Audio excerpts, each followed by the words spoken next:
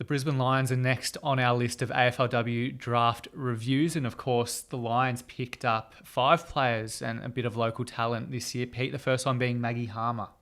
Yeah, running halfback who can also play off a wing, able to create a lot of drive coming out of the defence going forward. She uses the ball really well. Good decision maker, reads the ball in flight.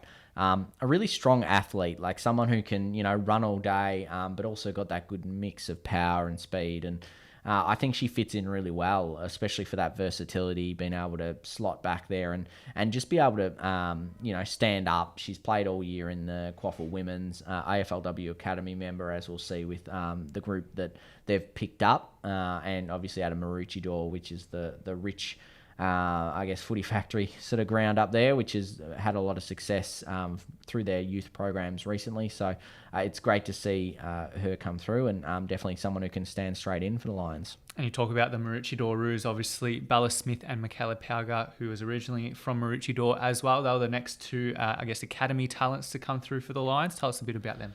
Yeah, they're another 2 exciting sort of talents. And again, they're very different players. All 3 of these are very different academy talents. Bella Smith being that really hard inside midfielder, able to extract it, can burst out of the stoppage, and worked really well with Tegan Levi in that Queensland midfield in their game that they played. He's just a consistent ball winner, someone who's very fierce, able to, get her hands dirty, tackle, win the contested ball, get it out.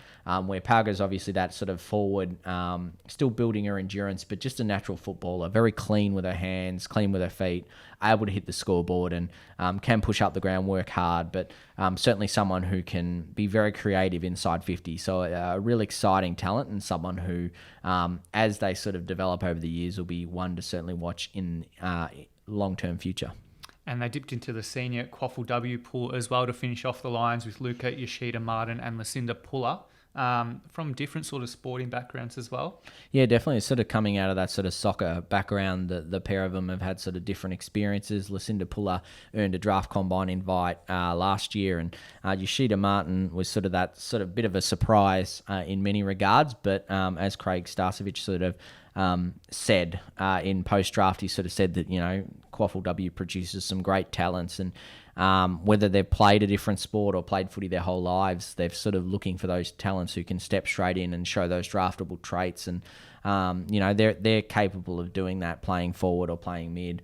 Yoshida Martin's been very effective there, sort of through that Yeronga, State University of Queensland lineup, I should say, the premiers this year. So very exciting through that lineup, and obviously Puller playing through Bond Uni, another successful unit who, reached the grand final. So they got to go all the way and perform on the big stage. So a couple of mature age talents that can accompany those younger players that were coming into the lineup.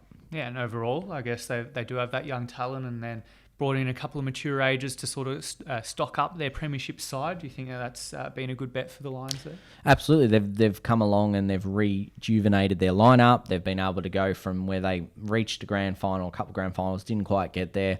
They basically had to rebuild completely after Gold Coast came in, and they did that, and then they built it back up with a real fast track rebuild, and now they've brought in these talents, so it's hard to see them dropping down, to be honest. They'll definitely be amongst the top teams again in the AFLW.